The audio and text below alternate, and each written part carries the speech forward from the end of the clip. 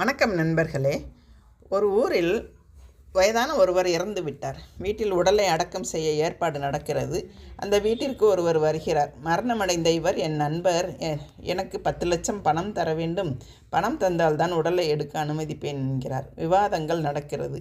3 மகன்களும் சொல்கிறார்கள், நாங்கள் தரமாட்டோம், எங்கள் தந்தை இது பற்றி கூறவில்லை என்கின்றனர். அங்கிருந்தவர்களோ, மகன்களே கொடுக்காத போது எங்களாலும் முடியாது என்கின்றனர். பதட்டம் அதிகரிக்கிறது. ஒரே மகள் ஓடி வருகிறாள். தனது கழுத்தில் கைகளில் உள்ள நகைகளை எடுத்து கொடுத்து, இதை வைத்து கொள்ளுங்கள், மீதியை நான் தருகிறேன் என்கிறாள். அந்த நபர், வேண்டாம் மகளே, நான் தான் உன் தந்தைக்கு 10 லட்சம் தர வேண்டும்.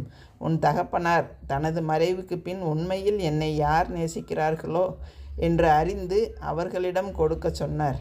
பெண் பிள்ளையாகிய நீதான் அவரை நன்றாக நேசித்திருக்கிறாய், எனவே உனக்குத்தான் என்றார். பெண் பிள்ளைகளை பெற்றவர்களே பாக்கியவான்கள்.